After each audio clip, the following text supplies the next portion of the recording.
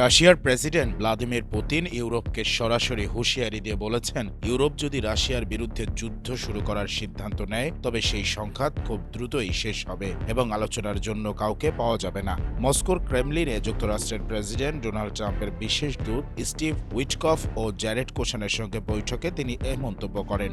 Ukraine যুদ্ধ থামাতে Trump প্রশাসনের কূটনৈতিক প্রচেষ্টার অংশ হিসেবে এই গুরুত্বপূর্ণ বৈঠকটি অনুষ্ঠিত হয়। পুতিন অভিযোগ করেন, ইউরোপ ইচ্ছাকৃতভাবে ট্রাম্পের প্রস্তাবিত ২৮ দফা শান্তি পরিকল্পনাকে ব্যাহত করার চেষ্টা করছে। তারা এমন সব শর্ত দিচ্ছে যা রাশিয়া কোনোভাবেই মেনে নেবে না। তার দাবি, ইউরোপ শান্তির চেয়ে যুদ্ধের দিকেই ঝুঁকছে। তিনি আরও বলেন, রাশিয়ার সঙ্গে যুদ্ধ শুরু করলে সেটি এত দ্রুত শেষ হবে যে রাশিয়ার সঙ্গে আলোচনায় বসার মতো কেউ টিকে থাকবে না। কৃষ্ণ সাগরে ছদ্ম পরিচয় থাকা রুশ নৌযানের ওপর ইউক্রেনের হামলার ঘটনাকে কেন্দ্র করে পুতিন কিয়েভের পানিপথ বন্ধ করে দেওয়ার হুমকিও দেন। তার এই বক্তব্যের জবাবে ইউক্রেনের পররাষ্ট্রমন্ত্রী অ্যান্দ্রেই সিবিহা বলেন, পুতিনের মন্তব্যই প্রমাণ করে রাশিয়া যুদ্ধ বন্ধে কোনো সদিচ্ছা দেখাচ্ছে না।